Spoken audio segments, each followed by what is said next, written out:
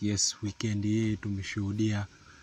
mechi mbalimbali za kufuzu michuano ya klabu bingwa barani Afrika na kombe la shirikisho barani Afrika. Huku katika nchi ya Tanzania tulikuwa na uwakilishi wa timu 6 ambazo tunafahamu timu katika kombe la klabu bingwa barani Afrika. Tulikuwa na timu ya Dar es Salaam Young Africa kutokea Tanzania Bara, Simba Sports Club kutokea Tanzania Bara na timu ya Mlandege kutokea Tanzania Visiwani Zanzibar, na huku Simba na Yanga zikifuzu katika hatua inayoendelea, huku timu ya Mlandege ikiondolewa katika hatua hiyo ya awali na timu ya Ethiopia Insurance kutokea Ethiopia, huku Simba na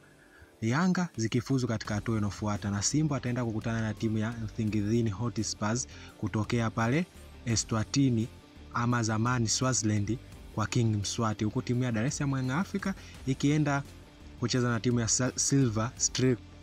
kutokea pale Malawi. Huku katika kombe la shirikisho barani Afrika tulikuwa na timu 3 ambazo ni timu ya Azam FC kutokea Tanzania Bara, timu ya Singida Black Stars kutokea Tanzania Bara na timu ya KMKM kutokea Tanzania Visiwani Zanzibar. Na huku tutakuja kushuhudia mchezo kati ya Azam ambao atacheza na KMKM katika hatua inayofuata. Manake ni nini? Mpaka sasa tumekuja kujihakikishia Tanzania katika mchuano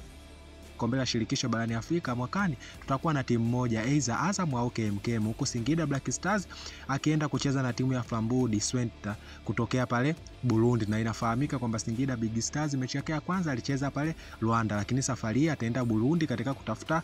nafasi hiyo ya kufuzu michuano ya kombe la shirikisho barani Afrika kwa mara ya kwanza. Na tumekuja kuona kafu mpaka sasa wakiongeza bonus kwa zile timu ambazo zimetoka katika hatua ya awali kutoka dola za Kimarekani 50,000 mpaka kuongeza tena dola za Kimarekani 50,000. Manake mtu ambaye ametoka katika hatua ya awali atapata dola 100, almost zaidi ya milioni 230 za Kitanzania.